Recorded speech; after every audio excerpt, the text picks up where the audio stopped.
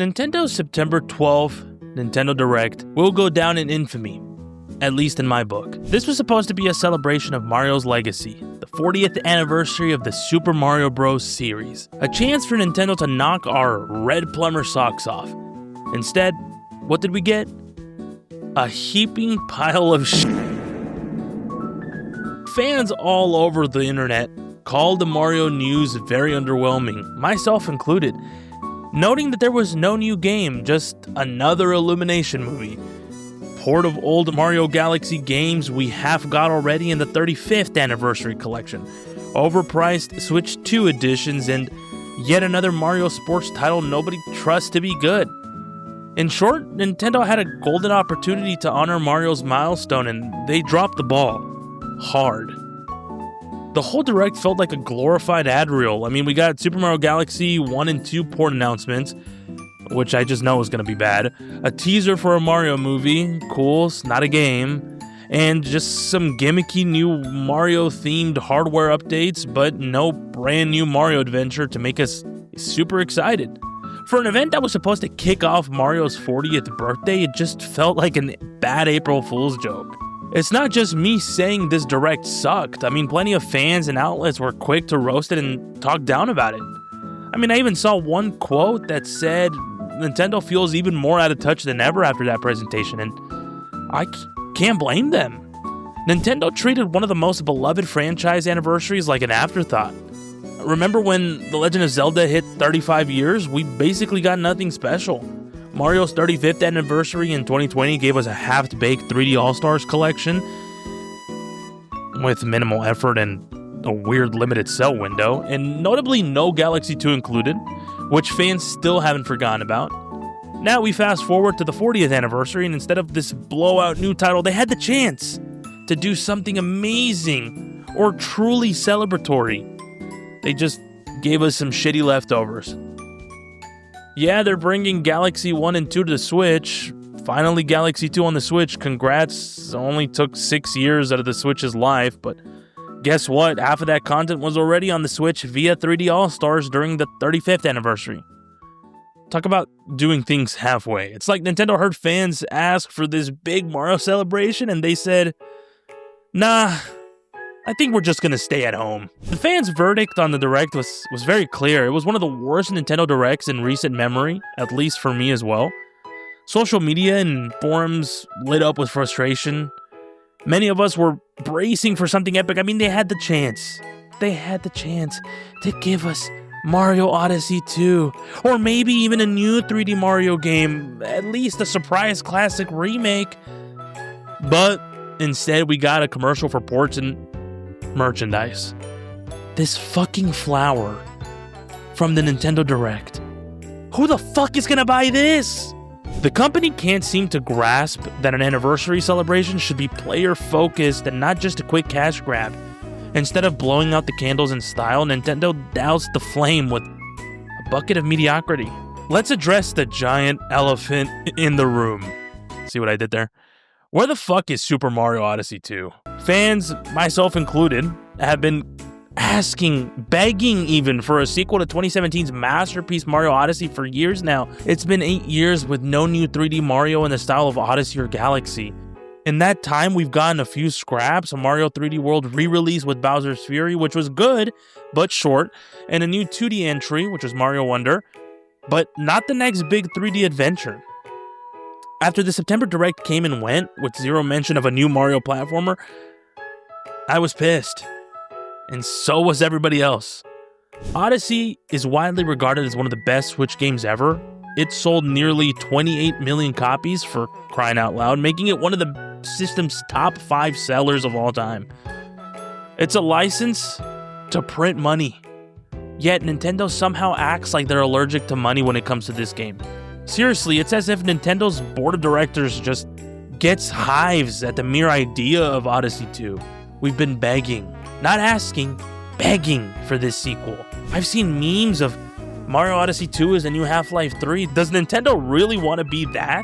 It seems like Nintendo prioritizes everything but a new Mario platformer.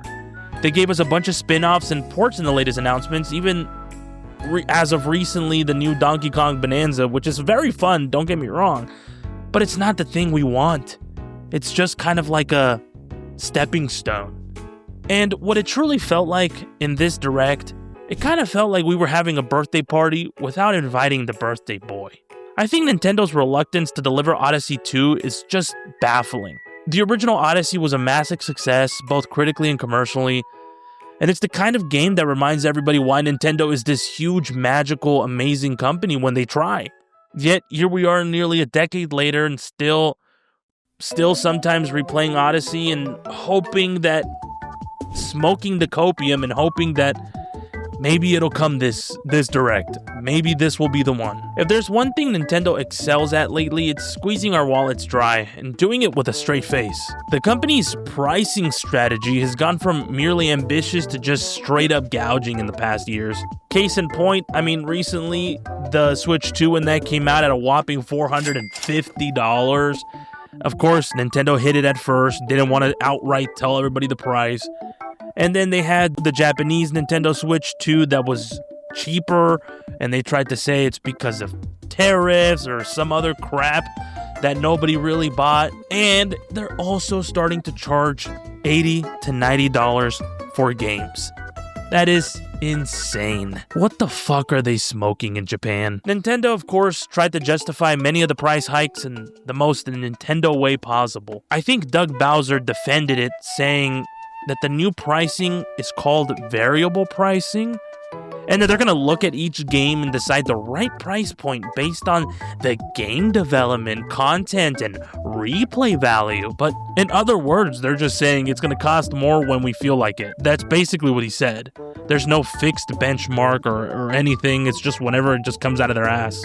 And don't get me started about that stupid Welcome Tour Switch 2 game that was $10 for a glorified onboarding content. It's a joke, and they just so woefully spit in our faces, and we just sit there and take it like the good little boys and girls we are. This whole pricing saga is part of a larger pattern of Nintendo's greed that's been growing year after year after year. Back in the day, remember when we thought $60 was expensive for a game? Now we have Nintendo pushing the envelope beyond $70 and sometimes even flirting close to $100 for some special cases. We're seeing $90 physical games and $80 digital games, and this is from the same company that once justified higher digital sales by saying digital distribution would lower costs. Yeah, about that. And it's not just the big ticket items. Nintendo finds a way to charge more for everything. Remember the Super Mario 3D All-Stars fiasco? They sold a bare bones collection of 3 old Mario games for full price, heavy on the old, $60. Did almost nothing to improve them, not even widescreen for Mario 64 initially, left out Galaxy 2, and then made a limited time release to squeeze fans into panic buying or FOMO. Or how about the time they sold The Legend of Zelda Skyward Sword HD on the Switch for $60, mind you, a decade-old Wii game, and then they had the gall to lock a new fast travel feature behind a $25 Zelda amiibo. Yeah, they actually did that, if you don't believe me. The Skyward Sword Quality of Life Fast Travel, which was letting you warp from anywhere, was exclusively available only if you bought a $25 figurine amiibo. Come on, man. Come on, Nintendo. What the fuck are we doing? That's just corporate greed at its highest, selling us an old game at full price and then upselling a convenience on top of it. We're gonna get to that later.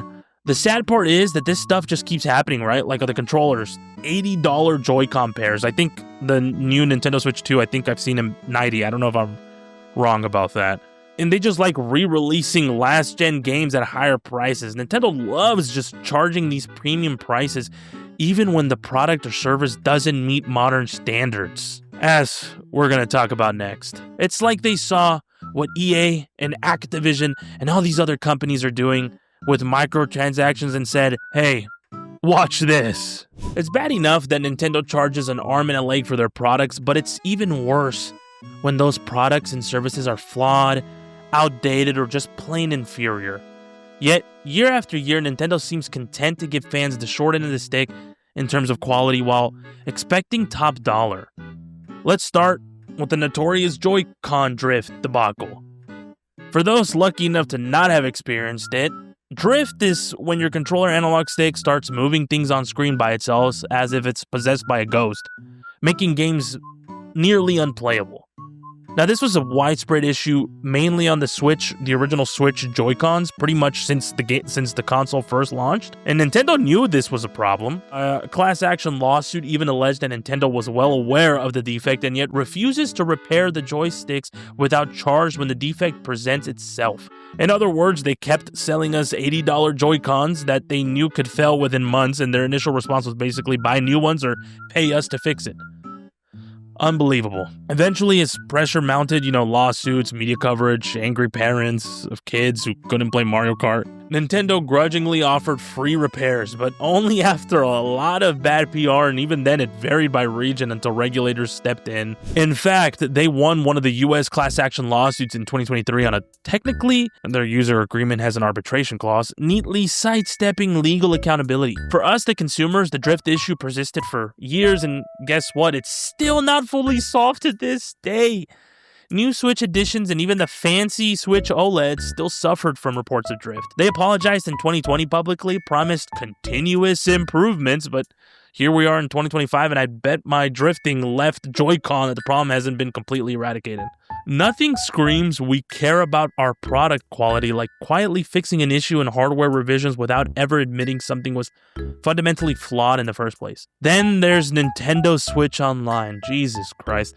A service so far behind the times, it's practically in the Stone Age.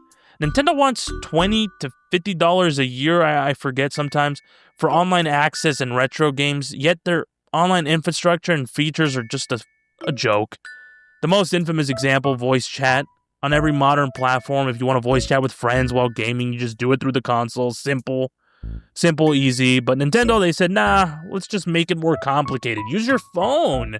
Use your app. Use an app. Come on, man. They really, really just make it a pain in the ass for anybody to just enjoy themselves and play their damn console. And let's not forget about the expansion packs that they offer for Nintendo Switch Online. Nintendo rolled out a higher price tier of their online service, asking people to shell out extra, and I think it doubled the annual fee, to get Nintendo's N64, Sega Genesis games, and some DLC included. Pricey, but I feel like if it worked well, maybe not many people would have complained about it.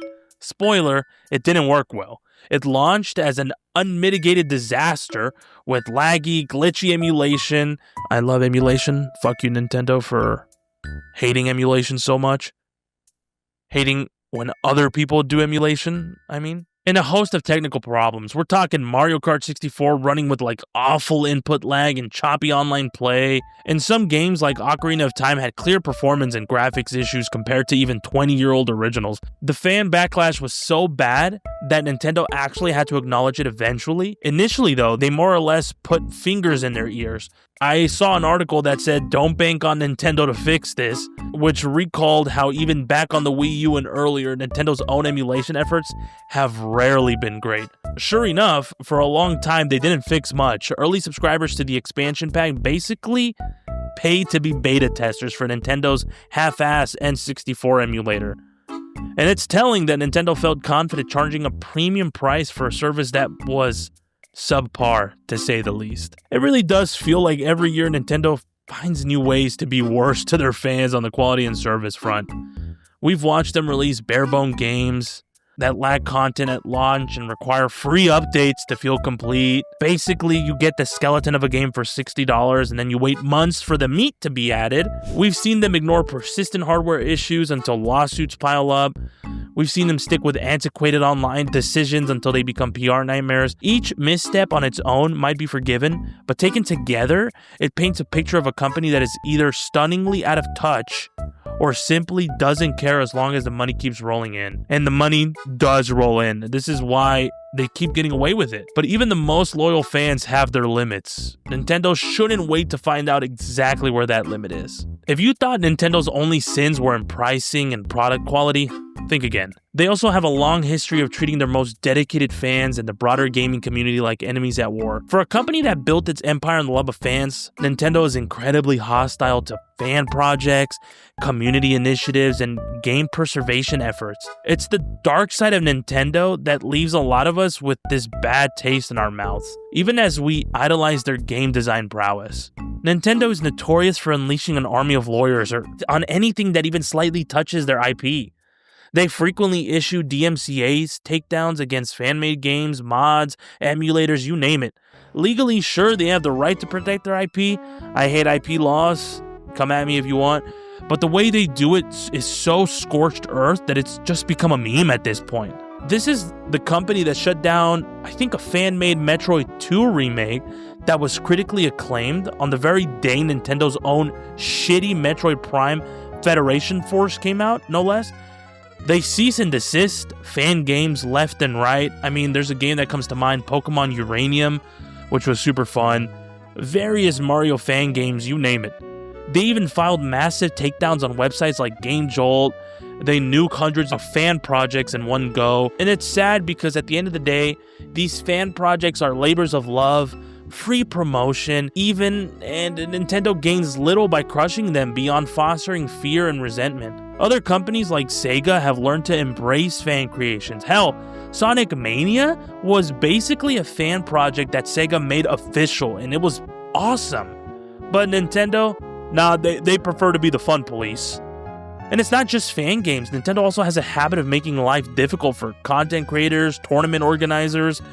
Remember the Smash Bros. Melee competitive scene saga? Fans organized tournaments for this 20-year-old game. They often needed mods, emulators to keep it alive, and Nintendo repeatedly tried to shut them down. And in late 2020, they issued a cease and desist to the Big House tournament because it planned to use a mod to enable online play during the pandemic, effectively killing one of the biggest Melee events. In 2022, they allegedly maneuvered behind the scenes to cancel the Smash World Tour Championships. Moves like that show a huge disregard for the very communities that keep Nintendo's older games relevant. It's so bad that the phrase Nintendo hates their fans has become a common refrain in comment sections. And to some that may sound extreme, but it's really not, because when you chronicle how often Nintendo's lawyers or stubborn policies stomp on things fans cherish, it starts to feel that way. And please don't get me started on game preservation. In 2023, Nintendo shut down the Wii U and 3DS eShops, making it impossible to legally buy hundreds of digital-only games anymore. The Video Game History Foundation, which is a group dedicated to preserving gaming's past, they called Nintendo's move actively destructive to video game history. They even pointed out that Nintendo not only closed the stores, but also fund lobbying to prevent libraries or archives from legally preserving or distributing old games.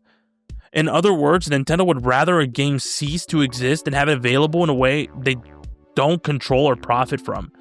That's some dystopian shit right there. Dystopian levels of greed. It's especially galling because Nintendo sits on one of the richest libraries of classic games. Yet they provide very few legitimate avenues to access them. Hence why you have a lot of hackers and emulators that do it, but they're so against that. They prefer you pay for whatever curated handful they decide to drip feed you via Switch Online or anything outside of that. Oh, you want to play Fire Emblem? You want to play Xenoblade Chronicles? You want to play the old Pokemon games? And it's not available new? You better save up a few $100 for a used copy, because Nintendo sure as fuck isn't re-releasing it, and emulation is bad. It's literally have your cake and eat it too scenario. They won't sell it to you, and they don't want anyone else to let you have it either, not even a library or a museum. That's why the preservation folks called them out so strongly. When a company's actions prompt a non-profit foundation to basically say, hey, please rethink this, you're sabotaging game history, maybe that company should do some soul searching. That's for you, Nintendo. Whether it's shutting down harmless fan projects or pricing their own fans out of retro games or wielding lawsuits and DMCA claims like a hammer, Nintendo's relationship with its community has been very toxic at times. Yeah, sure, they have every legal right to do these things, but just because you can do something doesn't mean you should. Why continually poke the people who adore your work? It's a question Nintendo's top brass should be asking themselves, because from the outside it often looks like a case of biting the hand that feeds you. At the end of the day, I criticize Nintendo because I care. Cheesy, I know, but it's true. I grew up with the company's games. I have decades of nostalgia and admiration built up. That's precisely why their behaviors for the past couple of years, the greedy pricing, the tone-deaf decisions, the anti-fan antics, just really piss me off. Nintendo has given me some of the greatest joys in gaming, and I'll still happily admit that when they do put out a masterpiece like Breath of the Wild or Super Mario Odyssey, there's a unique magic there that few companies can replicate. They still innovate in game design and can deliver fun at a level that reminds us why we fell in love with gaming. And credit where it's due, not everything is doom and gloom. Nintendo can be amazing, which is what makes their blunders and greed so infuriating. They should be better than this. So, here's my silver lining. I believe Nintendo can turn it around. They could start respecting their fans more, perhaps by actually listening to feedback, by delivering on long-held hopes, Odyssey 2, by pricing things more reasonably, or at least adding value if they're going to charge more. They could stop assuming we'll swallow any pill coated in Nintendo dust, and maybe, just maybe, they could embrace the community instead of fighting it. Work with fans, work with creators, support preservation efforts, just show a little heart to go with that family-friendly image they like to project. It wouldn't just be good for us, it'd be good for Nintendo in the long run, building even more goodwill and even a stronger legacy. Because if they keep on the path they're on, milking their fans and ignoring what they want, the loyalty is not going to last forever. Reputation matters, and even giants can fall. I'm not saying Nintendo is doomed, probably far from it. They're insanely successful and financially successful right now. But success that's built on squeezing the customers will backfire eventually. I would love for Nintendo to succeed by making us happy, not by seeing how far they can stretch our patience and our wallets. In closing, yeah, I've been harsh on Nintendo in this critique. They've earned it, but it comes from a place of love, like an exasperated friend who knows you can do better. Nintendo, you've given us incredible memories and set standards in this industry. It's time to live up to your own legacy instead of coasting on it. Stop being allergic to easy money and fans' wishes. Quit the greedy nonsense, and don't let "because Nintendo" be an excuse for bad decisions. I want to keep loving Nintendo without any "yeah, but" qualifiers. So please, Nintendo, get your act together, and then take our money for something truly awesome, not for the same old shit in a new box. We'll all be happier for it, and that's the real power of friendship. Or in this case, the power of not screwing over your fans. Do better, Nintendo. We know you can.